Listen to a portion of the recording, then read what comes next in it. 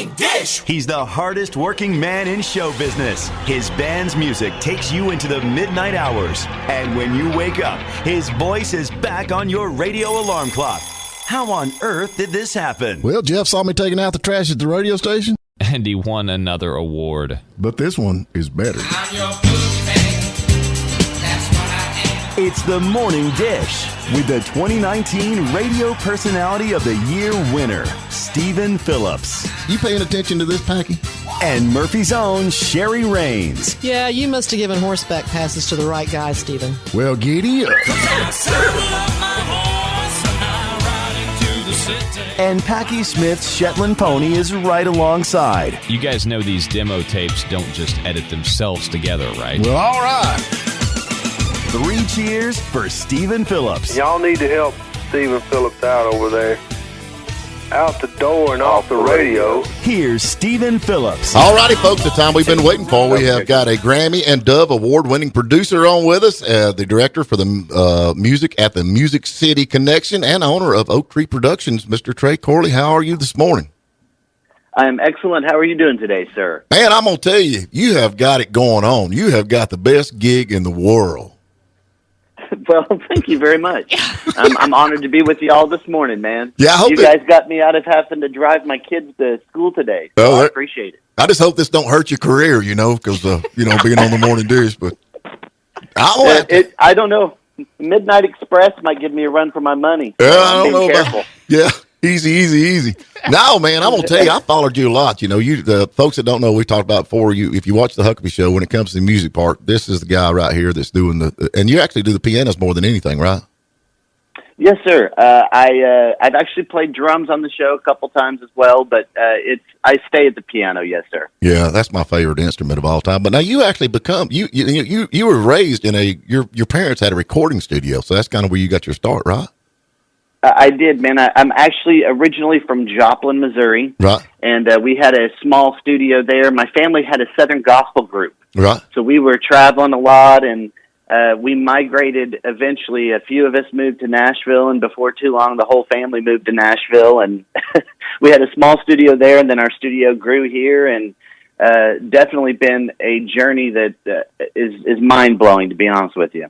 I mean, you we're Grammy and Dove award winning. I mean, you've done some really cool stuff. I mean, over the years, and still at it. Now you got your you still got the Oak Tree Productions. That's actually a recording studio. That's your recording studio.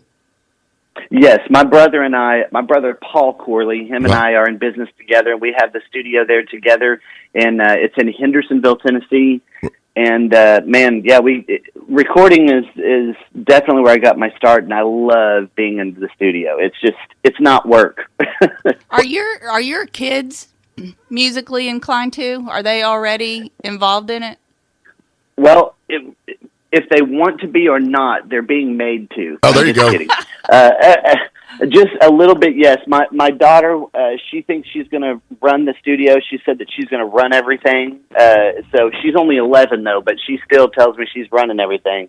My son plays guitar. They play in church, and, that's where I got my start, so I figured I'd put them in there and let them get playing. So I think that's great. Well, that's the thing about it. Most musicians start in church. That's like me. My mother played really piano, true. And I love piano. That's my favorite instrument of everything, and she played piano growing up, and that's kind of where I got my start out. Now, what church did you grow up in? My father was a pastor, right? And we traveled on the road, and he really felt like he was supposed to start a church in Missouri, and so we got off the road, and he started a church there. And when we moved to Tennessee, he stopped pastoring, and I started here. But I've always been in church my whole life, and usually my dad was my pastor. Now I'm at Three Oaks Church in Gallatin, Tennessee. Right. And so I've always been involved, but it started with family and church. Yeah. There's a lot of people, a lot of musicians, a lot of vocalists that started. I think the best musicians come out of the Pentecostal church, though. I mean, I love that. Oh, I agree, man. Yeah. I mean, that's where it's at. I mean, the preaching, not so much, but the singing, I'm all about that. Man, I learned to do a lot of chords, man, going to some of them churches where, there'd be 50 people, but there would be musicians there that would blow your mind. And just be asking, how did you play that? What is that? Yeah. It was definitely, my dad, we went to a lot of churches. My dad was definitely one of them, Pentecostal preachers. He would run the aisles. Oh, yeah. So we had to learn shout music. And when you learn shout music, then you were, you were able to play about anything if you could play shout music. I'm with you. That's the thing about it. When you go to a new church and you sit down in the pew and you look at the songbook that they have, right? You know what kind of service you're going to have. It's going to be, oh, man. Bringing in the cheese. This is very true. Yeah, it's going to be a long, long thing. But I'm going to tell you, that absolutely, I have downloaded that. Y'all had Meatloaf on the other night, and y'all did. Y'all did, Summertime Blues. And that, man, I'm telling you, I would like just been standing there playing a tambourine or something. That had to be more fun. Dude. That was absolutely crazy. When we first got the call that he was going to do it, Governor had went to dinner with him at an event with Dave Ramsey, right? And they happened to meet and were just talking, and he's like, he called us after the event and said, Meatloaf said he'll do the show, and I'm like, man, I don't know if that's really going to happen, but sure enough, man, he came and he hadn't performed in 6 years, yeah. And he'd completely out, and he'd had several back surgeries.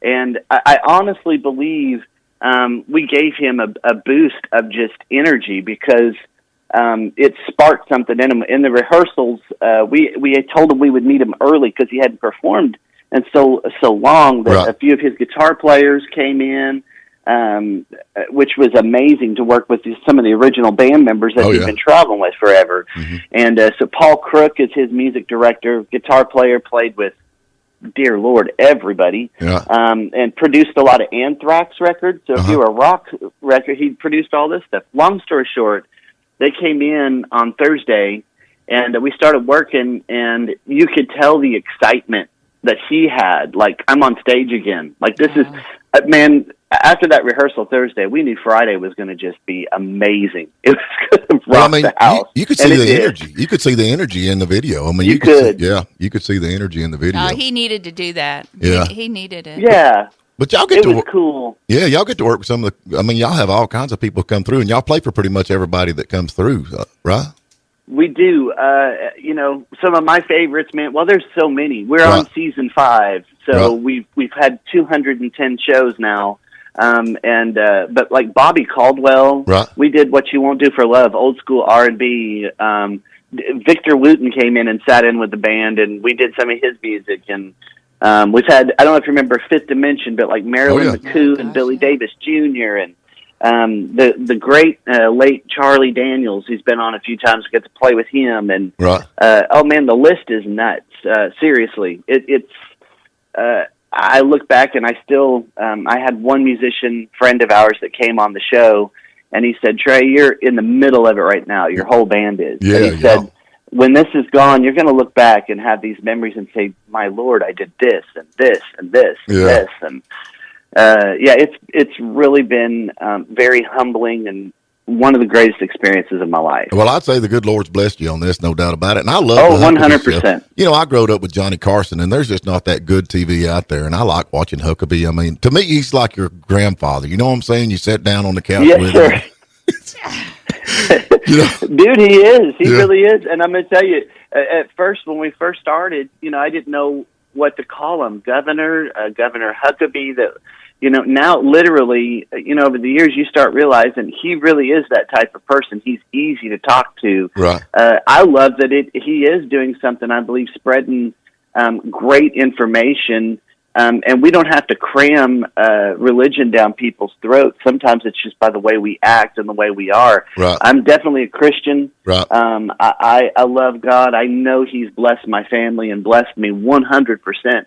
But I have learned that sometimes showing Christ can just be the way that you act with an artist that maybe you don't agree with. And or maybe somebody that comes on the show that you don't completely agree with the way that they are, but you still show the love of Christ. Exactly. And I think America, man, we ain't doing that no more, man. We just we don't agree with somebody, so we hate them. Yeah, that's the and truth. it's just crazy, you know. So I I'm grateful to be on a show. I think music is a bridge, though, to all of this. I'll be Oh honest man, with you. yeah. And I've talked to people that actually was dealing with people that had Alzheimer's and stuff, and they forget their own names, they forget their kids and the whole 9 yards, but they could still sing these old church hymns that they grow up with. They still could remember that, and man, that's pretty intense. Absolutely. Yeah, that's pretty intense. Oh yeah, that's Meatloaf coming on was definitely one of those times. He had posted on his Facebook and Instagram videos of the night, and he basically said on his Facebook feed, "I don't want to hear about politics. Governor treated me with the utmost respect and was a great person, and he gave me an opportunity when others wouldn't." Right. And I think the cool thing about it is you had two guys that if you took a picture with them, you'd say those guys would never be friends. Right. And but yet they really were. They just hit it off, man. It'd be amazing what people would do if they would just try to be friends with people rather than trying to control everything they believe. It's just crazy. The only thing that throws me off about Governor Huckabee, he's a bass player. You know how bass players are. He is. Yes, I do. Trust me, I do. He throwed down pretty good though that night there. They had him. He really did. Yeah, he really He played both those two. He played because we did 3 songs that night. He played Los Angeles and Mercury Blues. Right. And so that was.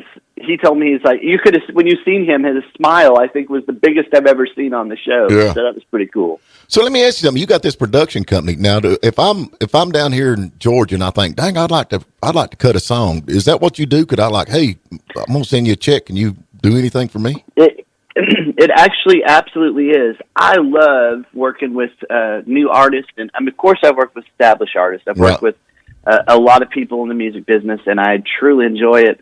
But I also, something that excites me is finding new artists and new people to work with. Because to me, man, it's the excitement of writing new material, the excitement of creating something for them or a style for them. And, man, it's just, like you said, music is powerful. It really is, man. You never know what one song, one thing that you do changes people's life, man. Right. So being involved in new stuff to me is just exciting. So, yes, that is something we do.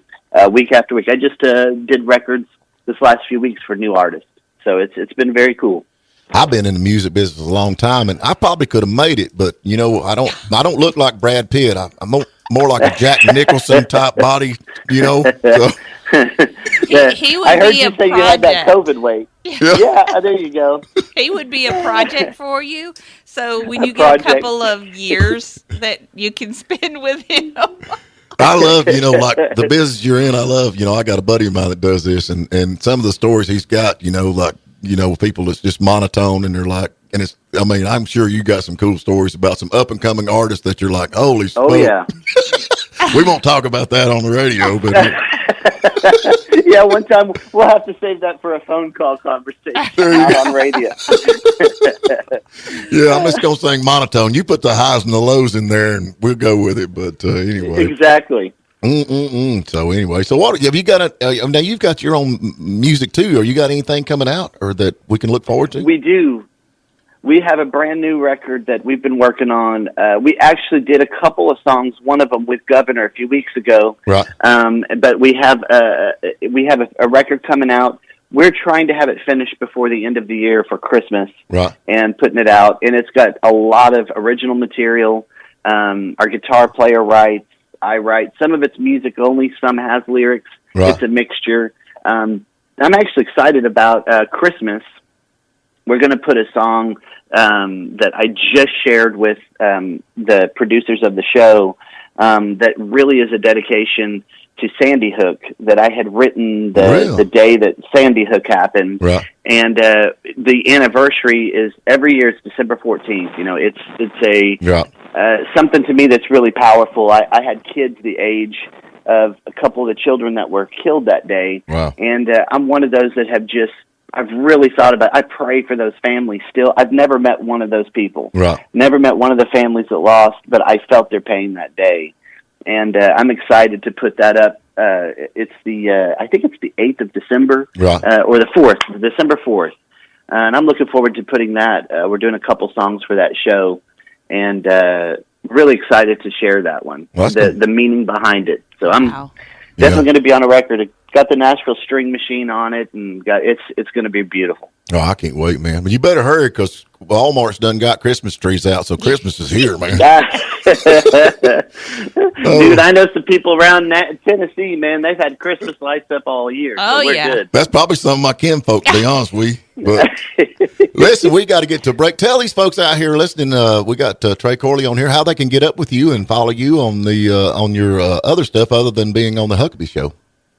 Absolutely. You can. The easiest way is to go to Tré Corley, TreCorley.com, and it's got all the info right there in one spot. You can see everything. Our studio and the websites for the band and everything are all in one place there. So that's the easiest way. And of course, we're every Saturday. The show airs at 8 p.m. Eastern on TBN and 9 p.m. on Sundays. It does a re-air. So you're welcome to check it out every week. Tré, man, I sure do appreciate you. I love your hat, but I think you'd look better in a fedora. You know, I've got several of them. Yeah. I wear those on special occasions. I wear one all the time because I'm about bald-headed, but anyway. Tré, we appreciate you, brother. We're going to keep up with you. We'll get you back on, keep up, and see what's going on with that album starts coming out. We can promote that a little bit for you. And like I said, I do sure enough appreciate you. I know you're a busy man, and thank you for spending a little time with our listeners down here. We do appreciate it. Very honored, man. Good luck on everything. And tell Midnight Express that they killed it. Your guitar player's a beast, man. There you go. Thank you, man.